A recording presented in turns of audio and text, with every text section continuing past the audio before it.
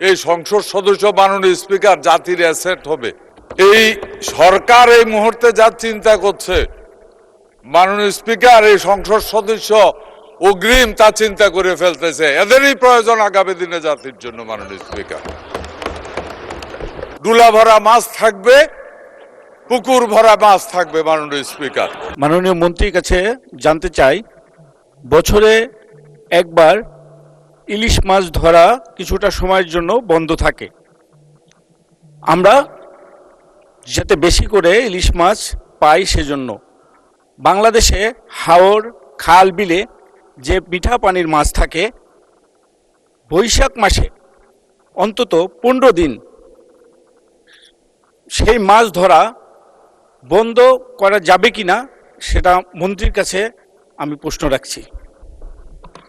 মাননীয় মন্ত্রী। ধন্যবাদ মাননীয় স্পিকার।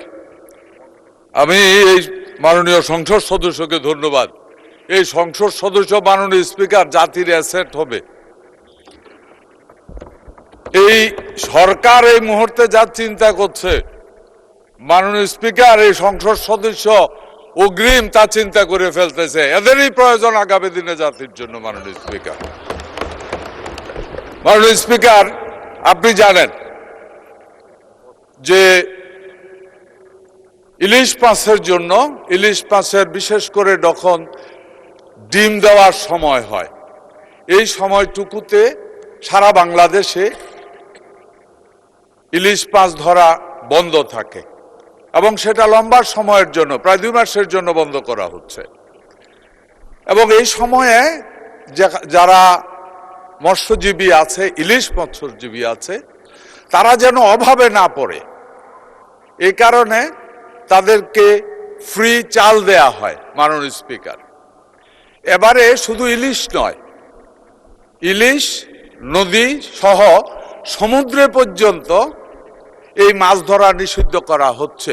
বিশেষ করে লেস ডেপথ ওয়াটার যেটা আছে, যেখানে এই সিজনে ওই জাতীয় মাছগুলি পোনা দেয় এবং তখন যদি মাছ ধরা হয় তাহলে সমুদ্রেরও বিভিন্ন জাতের মাছের পোনা ধ্বংস হয়ে যায়, নষ্ট হয়ে যায়। এই কারণে ওইটাও বন্ধ করে দেওয়া হয়েছে। উনি জানতে চেয়েছে হাওরে বা জলা মিঠা পানিতে এটা কোনো বন্ধ করার, নির্দিষ্ট সময়ে বন্ধ করার কোনো পরিকল্পনা আছে কিনা।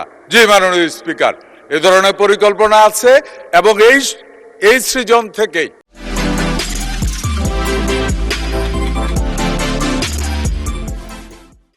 আমরা মিঠা পানিতে, মাননীয় স্পিকার, একদিন কত মিঠা পানির মাছ আছিল, নিজে হাতে খাটিয়েছি, এত বড় বড় শিং মাছ ধরছি। মাননীয় স্পিকার, আজকাল আর নাই, সারা নষ্ট হয়ে গেছে সব।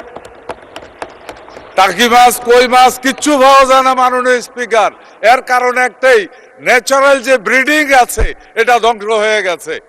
এই কারণে এই সরকার, এই সচেতন সরকার, এই কৃষক প্রেমিক সরকার, সাধারণ মানুষ প্রেমিক সরকার যেটা করছে মাননীয় স্পিকার, এখন থেকে বিলের মধ্যে আমরা কি বলে এটাকে, ফ্রি জোন,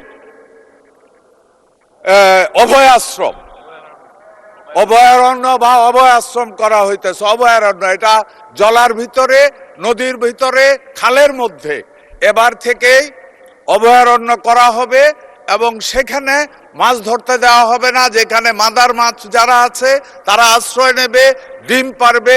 আগামী দিনে বাঙালি আবার তার পুরানো ঐতিহ্য ফিরে পাবে। ডুলা ভরা মাছ থাকবে, পুকুর ভরা মাছ থাকবে। মাননীয় স্পিকার, ধন্যবাদ আপনাকে।